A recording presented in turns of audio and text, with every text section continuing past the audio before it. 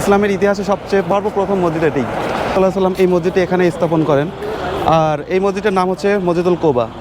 এটাই হচ্ছে ইসলামের সর্বপ্রথম মসজিদ, মসজিদুল কোবা। অন্য জমজমের পানি পান করবো। আসসালামু আলাইকুম রহমতুল্লাহ বারাকাতুহু।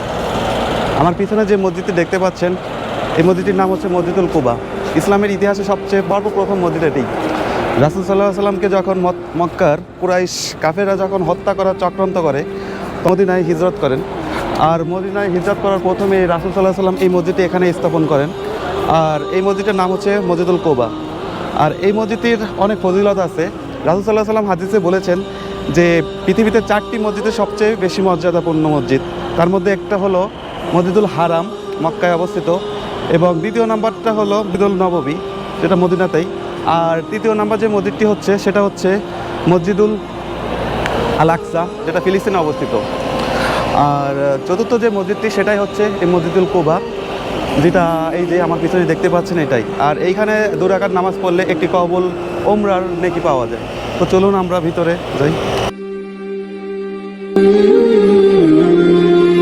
বন্ধুরা, আমি এখন মসজিদুল কোবার মধ্যে প্রবেশ করছি। আপনাদের একটু মসজিদের ভিতরটা একটু দেখাই। এটা হচ্ছে মসজিদুল কোবার ভিতর সাইড। ভিতরে আপনার জমজম পানির ব্যবস্থা আছে। এটা দেখতে পাচ্ছেন যে যারা মসজিদে নামাজ পড়তে আসছে তারা সবাই এদের মসজিদের পানি পান করতেছে। আর এটাই হচ্ছে মসজিদুল কোবার ভিতর সাইডটা, আপনাদের একটু ভালো করে দেখাই। রাসূল সাল্লাল্লাহু আলাইহি সাল্লাম মদিনায় এসে সর্বপ্রথম এই মসজিদটি তৈরি করছিলেন, এবং এই মসজিদটাই হচ্ছে ইসলামের সর্বপ্রথম মসজিদ।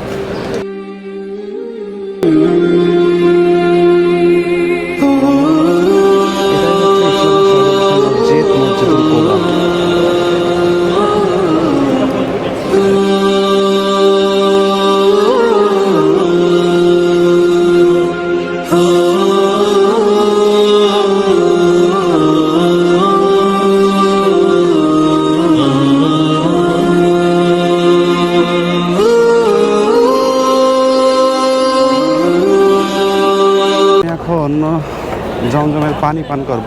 এই সাইডটা দেখতে পাচ্ছেন, এটা হচ্ছে জমজমের পানি মসজিদুল কোবার সামনে। তো আপনাদের একটু দেখাই, মুশকিল।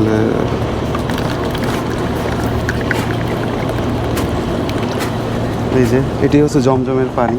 তো আমি এখন জমজমের পানি পান করব। বিসমিল্লাহ।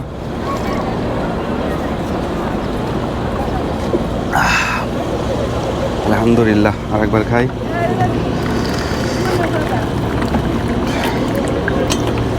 তো বন্ধুরা, আমি এখন জমজমের পানি পান করতেছি। বিসমিল্লাহ।